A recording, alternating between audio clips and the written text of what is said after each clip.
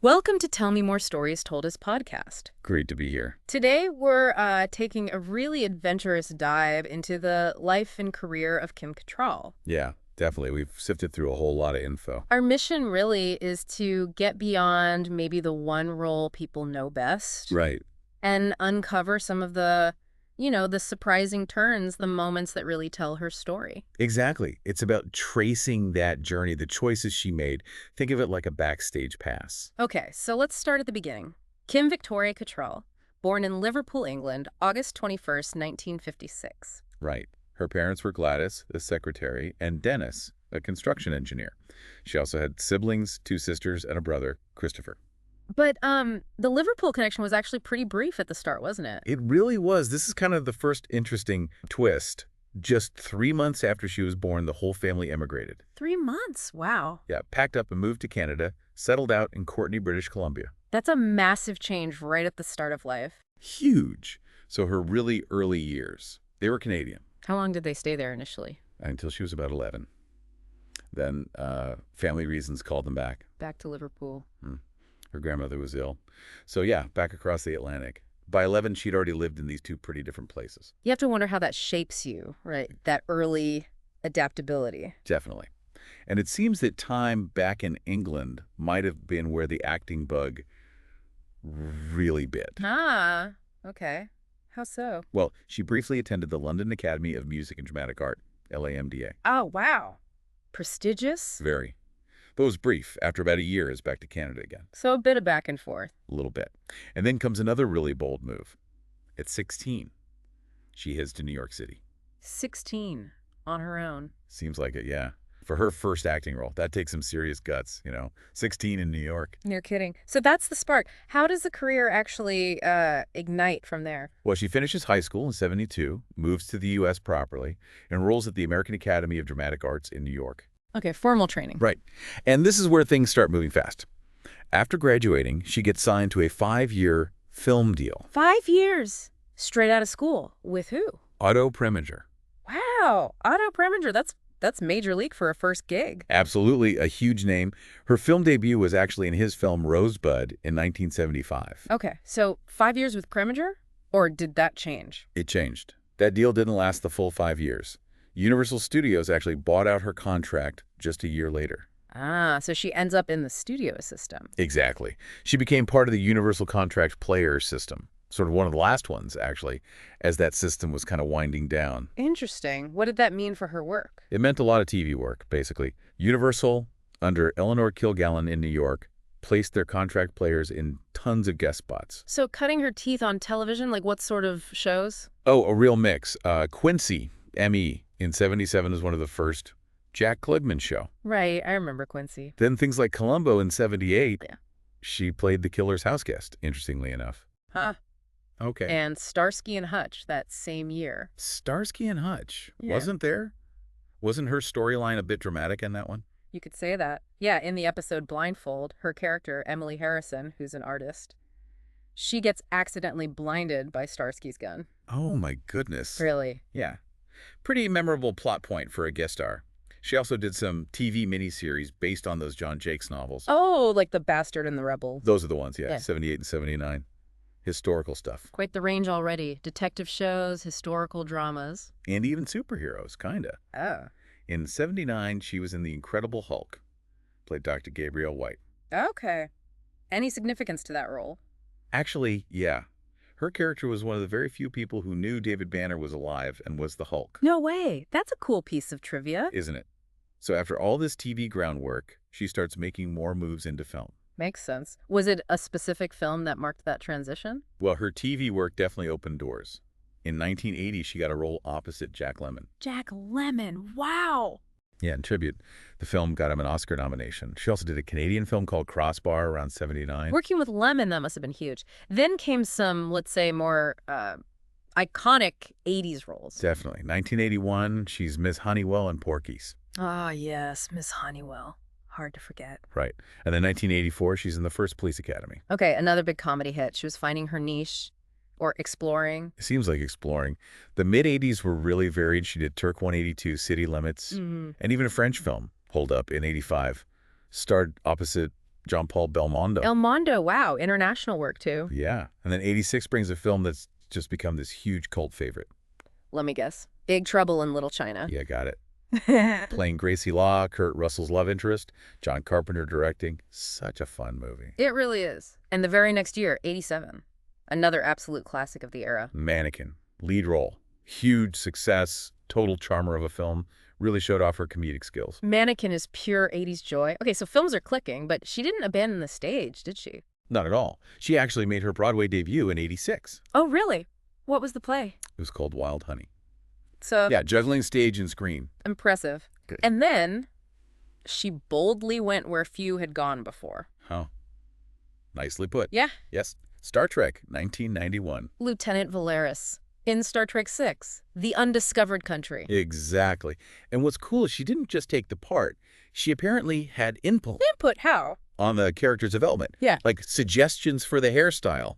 Even helped pick the name Valeris. That's really interesting. Shows she was invested thinking about the role beyond just the lines. Absolutely. It shows that collaborative spirit. Hmm. In the early 90s, she was also in Split Second, that thriller. Right. And The Bonfire of the Vanities. And she even did voice work, reading poetry by Rupert Brooke. Poetry readings, too. She really has covered a lot of ground. It's quite a range, isn't it? Comedy, drama, sci-fi, stage, voice work. Very versatile. And then the role, the one that just, exploded everything. Yep.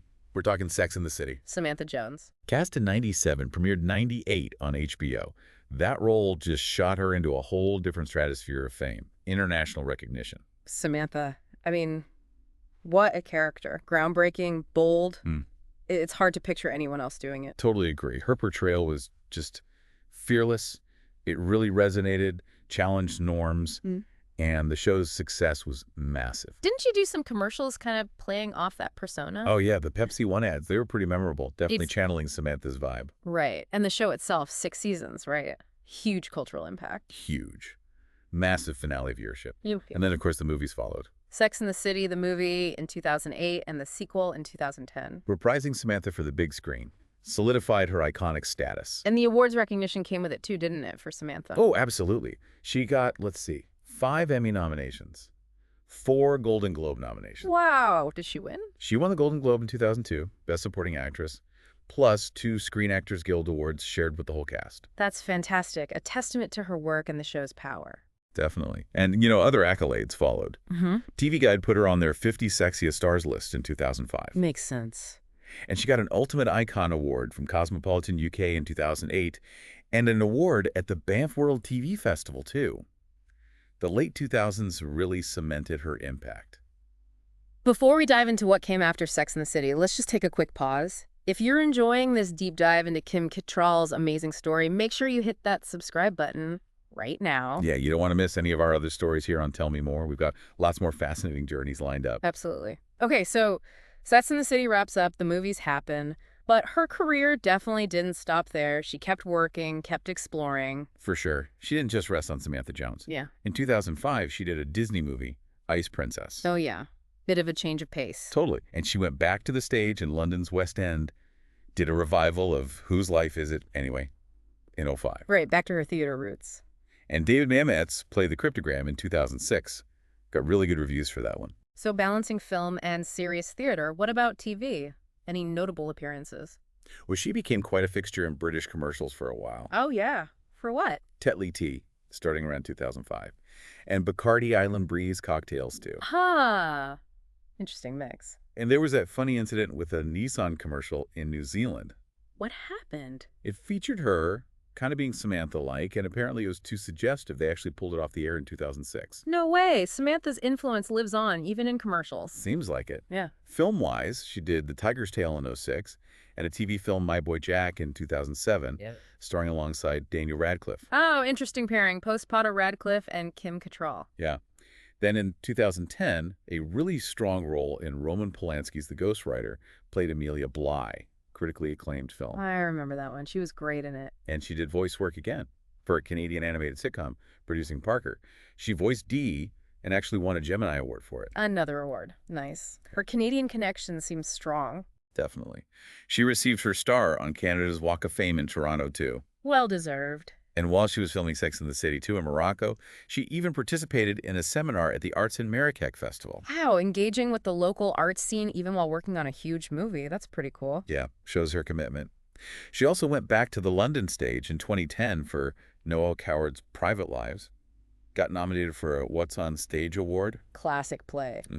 And starred in the TV adaptation of William Boyd's Any Human Heart that same year. Keeping those ties to British productions. Definitely. And then she tackled a huge classical role, Cleopatra. Shakespeare's Cleopatra. Wow. Where? First at the Liverpool Playhouse in 2010, then Chichester Festival Theatre in 2012. And Liverpool also made her an honorary fellow of Liverpool John Moores University in 2010. That must have meant a lot, recognition from her hometown. You'd have to think so. She took Private Lives to Broadway in 2011, got a Drama League nomination there, and did a fun comic relief sketch, Uptown Downstairs Abbey. Good sport. Seems like it. In 2013, she starred in Tennessee Williams' Sweet Bird of Youth at the Old Vic in London, another major stage role. She really committed to challenging theater work. Yeah. And then she took on a big TV project in Canada, Sensitive Skin, from 2014 to 2016. What was her role there? She starred in it, but also executive produced it. Stepping behind the camera, too. Exactly. Got nominated for an International Emmy and a Canadian Screen Award for it. Shows that deeper involvement. That's a significant step. It is. Though there was a setback around then. In 2015, she was cast in a play, Linda, but had to withdraw just before opening. Oh, no. Why? She spoke about it later, citing chronic debilitating insomnia. She was quite open about dealing with it, using cognitive behavioral therapy. Wow, that's tough. Good for her for speaking out about it, though. Absolutely, raising awareness. That same year, she guest-edited BBC's Woman's Hour, discussed important topics like choosing not to have children. Using her platform. Yeah. Appeared in a short film, Ruby Robinson. Participated in a BBC Arts event called I'm With the Band in 2016, supporting artistic freedom. Always staying engaged. Seems so. Did the BBC Agatha Christie adaptation, The Witness for the Prosecution, in 2016. Got a BAFTA nomination for that. Another great role. And then in 2017, bit of a curveball, she joined a Swedish TV show, Modus. Okay. Playing who? The President of the United States. Get out. Really? POTS. Yep. Talk about range, right? Then from 2018 to 2019, she was in that Paramount Plus series, Tell Me a Story. Keeping busy. It feels like the 2020s have been just as active for her. Absolutely. Kicked off 2020, starring in the Fox drama Filthy Rich. Right, I remember that. She was also a producer on that, wasn't she? She was indeed, playing the matriarch. Got the Icon Award at the Atlanta TV Festival for it. Deservedly so. Right. And then, the elephant in the room. And just like that, the Sex and the City revival. Yes. Well, she wasn't initially part of the main cast, as we know. Right. But she did make that brief, much-discussed cameo. The Samantha Jones appearance. Season 2 finale, 2023. That caused quite a stir. It really did. A lot of fan excitement around that single scene. Definitely a moment. Yeah. What else has she been up to recently? Well, she was cast as the narrator, the future Sophie, in the Hulu sitcom How I Met Your Father. Okay. And appeared in the comedy movie About My Father in 2023, acting opposite Robert De Niro. De Niro. Another legend to work with. That's amazing. Incredible, right? Yeah. She's also been honored back in Liverpool, featured in their Wondrous Place exhibition. Nice. And kept appearing on screen, the Queer as Folk revival on Peacock in 2022, and the Netflix series Glamorous in 2023. Still going strong, exploring different kinds of shows. It's quite the career. Now let's shift gears a bit, talk about her personal life outside the spotlight. Okay, well, citizenship-wise, she held dual British and Canadian for most of her life. Right. But she actually became an American citizen in 2020. Oh, interesting. Why then? She said specifically so she could vote in the election that year. Okay. Makes sense. Any other sort of personal details? She's mentioned she doesn't drink alcohol since it gives her headaches. Fair enough. And there was a really significant, kind of scary incident in her past, wasn't there? Something about a flight. Yes. This is quite extraordinary, really. December 21st, 1988, Pan Am Flight 103, the Lockerbie bombing. Oh, my God. She was booked on that flight. No, seriously. Seriously. But the day before, she changed her plans last minute. Decided she wanted to do some Christmas shopping at Harrods in London, so she rearranged to fly later. Wow. Just wow. That decision saved her life. Literally. It's incredibly chilling to think about. Yeah. A real sliding doors moment. Absolutely. Puts things in perspective. Did she ever explore her family history more formally? She did. In 2009, she was on the UK version of Who Do You Think You Are? Oh, right, the genealogy show. Find out anything interesting? Quite a bit, apparently. Uncovered details about her grandfather. Discovered he disappeared and actually had a secret second family in Australia. Bigamy. Whoa. That must have been a shock to uncover. You'd imagine so. Very personal stuff to find out on camera. Yeah. And sadly, there was difficult family news more recently, too, wasn't there? Regarding her brother. Yes, very sadly. In 2018, she announced her brother Christopher was missing. He was later found, and it was determined he had taken his own life. Oh, that's just awful. Terribly sad. Deeply tragic, yes. Our thoughts are with her and her family on that. Absolutely. In Yeah. terms of relationships, she's been married a few times. 3 times, yes. And she also, interestingly, dated former Canadian Prime Minister Pierre Trudeau for a time. Kiger Trudeau, okay. And since 2016, she's been in a relationship with Russell Thomas, who works at the BBC. Seems like she's navigated a complex personal life alongside this huge career. And her connections, particularly to Liverpool and Canada, seem really important to her. They really do. We mentioned the honorary fellowship from Liverpool John Moores University. She also got an honorary Doctor of Laws from the University of British Columbia in 2018. Nice recognitions. And she gives back, too. She funds a bursary, the Kim Cattrall Bursary for the Performing Arts, at her old high school, helping young performers. That's fantastic, paying it forward. Yeah, exactly. And in 2018, she became an ambassador for the Royal Botanical Kew Gardens in London. Kew Gardens, beautiful place. So involved in arts, education, even horticulture. Quite the multifaceted individual. Yeah. It really has been an incredible journey to trace. Kim Cattrall's life, her career, is just packed with so much. Liverpool, Canada, global stardom. Yeah, resilience is a word that comes to mind. Yeah. Talent, obviously, but also this adaptability. Navigating such a long career in a tough industry. It really is. And think about the sheer variety of parts. Yeah. Mannequin's charm, Phalaris's, Vulcan-like intensity, and then Samantha Jones. Just unforgettable boundary-pushing work. Each one shows a different side. Totally. And that Pan Am story, it just hangs there as this reminder of how unpredictable life is, how easily her path could have been so tragically different. Makes you really stop and think. It does. Well, hopefully this deep dive has given everyone listening maybe a brainer picture of Kim Cattrall. Beyond the headlines, beyond just one role, her impact's been pretty significant across stage and screen. For sure. What part of her story stands out most to you, listening? Is there an unexpected twist you find most compelling? There's always more beneath the surface. Definitely food for thought. Well, thank you for joining us on this exploration for Tell Me More Stories Told Us podcast. Yeah, thanks for listening. Join us next time for another deep dive. Keep asking questions.